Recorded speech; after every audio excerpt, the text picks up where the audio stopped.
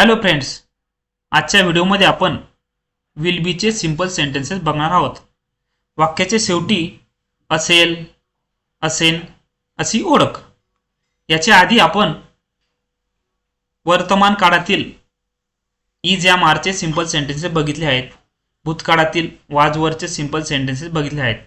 आज आपण भविष्य काळातील विल बीचे सिंपल सेंटेन्सेस बघणार आहोत. आय, वी, शी, इट, दे सर्व सब्जेक्ट सोबत विल बीचा वापर होतो. आता आपण सेंटेन्स फॉर्मेशन बघूया. अफर्मेटिव्ह सेंटेन्सेस म्हणजे होकारार्थी वाक्यरचना. त्यासाठी फॉर्म्युला सब्जेक्ट, विल बी आणि मग ऑब्जेक्ट. उदाहरण बघूया. तो डॉक्टर असेल. He will B doctor. ही हे सब्जेक्ट, विल बी, त्यानंतर डॉक्टर हे ऑब्जेक्ट. पुढील वाक्य बघूया. तो उद्या गैरहजर असेल. He will be absent tomorrow. मी उद्या शाळेत असेन. I will be at school tomorrow. पुढील वाक्यरचना बघू. निगेटिव्ह सेंटेन्सेस म्हणजे नकारार्थी वाक्यरचना. त्यासाठी सुरुवातीला सब्जेक्ट, विल नॉट, बी आणि मग ऑब्जेक्ट. विल नॉटचे कॉन्ट्रॅक्शन हे ओंठ आहे. उदाहरण बघूया. मी उद्या इथे असणार नाही. I won't be here tomorrow. I subject, will not be here tomorrow हे ऑब्जेक्ट. हे वाक्य आपण ओन सोबत कसं येईल? I won't be here tomorrow, will नॉटचे कॉन्ट्रॅक्शन. पुढील वाक्य बघूया. तो घरी नसेल. He will not be at home. तो तयार नसेल. He will not be ready. पुढील वाक्यरचना बघूया. इंटरोगेटिव्ह सेंटेन्सेस म्हणजे प्रश्नार्थी वाक्यरचना. त्यासाठी सुरुवातीला विल, त्यानंतर सब्जेक्ट, बी आणि मग ऑब्जेक्ट. सेंटेन्स बघूया. तो तयार असेल का? Will he be ready. Will हे वाक्याच्या सुरुवातीला, त्यानंतर ही सब्जेक्ट, बी, रेडी हे ऑब्जेक्ट. पुढील वाक्य बघूया. तू घरी असणार का? Will you be at home. तो थकलेला असेल का? Will he be tired. पुढील वाक्यरचना बघूया. निगेटिव्ह इंटरोगेटिव्ह सेंटेन्सेस म्हणजे नकारार्थी प्रश्नार्थी वाक्यरचना. त्यासाठी सुरुवातीला विल, त्यानंतर सब्जेक्ट, नॉट, बी आणि मग ऑब्जेक्ट. सेंटेन्स बघूया. तो तयार नसेल का?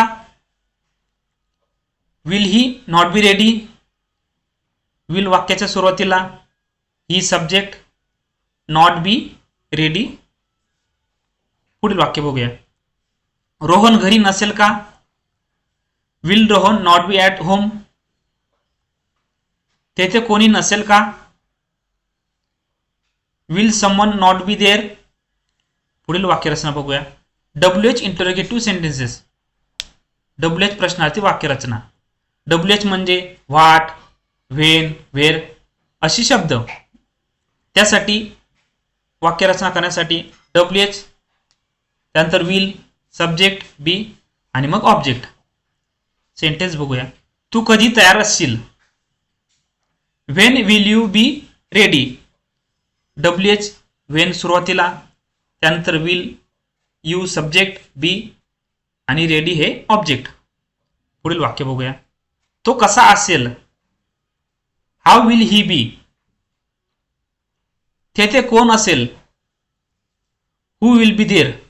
आता आपण अजून काही सेंटेन्सेस बघूया. मी उद्या शाळेत नसेल.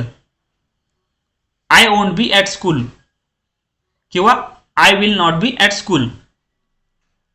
तो 7 वाजेपर्यंत इथे असेल. He will be here by 7. Rohan तिथे नसणार. Rohan will not be there. तो तयार असेल. He will be ready. तुमची गाडी रविवारी तयार असेल. Your car will be ready on Sunday. त्याला उशीर होईल. He will be late. माझा मित्र तेथे असणार. My friend will be there. Rohan पुढच्या आठवड्यात 7 वर्षाचा होईल. Rohan will be 7 years old next week. मी पुढच्या आठवड्यात व्यस्त असेल. I will be busy next week. तो मीटिंगला हजर असेल. He will be present at meeting. मी काही मिनिटात घरी असेल. I will be at home in a few minutes. मी पुढच्या आठवड्यात मुंबईला असेल. I will be in Mumbai next week. धन्यवाद मित्रांनो. जर तुम्हाला हा व्हिडिओ आवडला असेल तर व्हिडिओला लाईक करा, शेअर करा आणि चॅनलला सबस्क्राईब करा. धन्यवाद.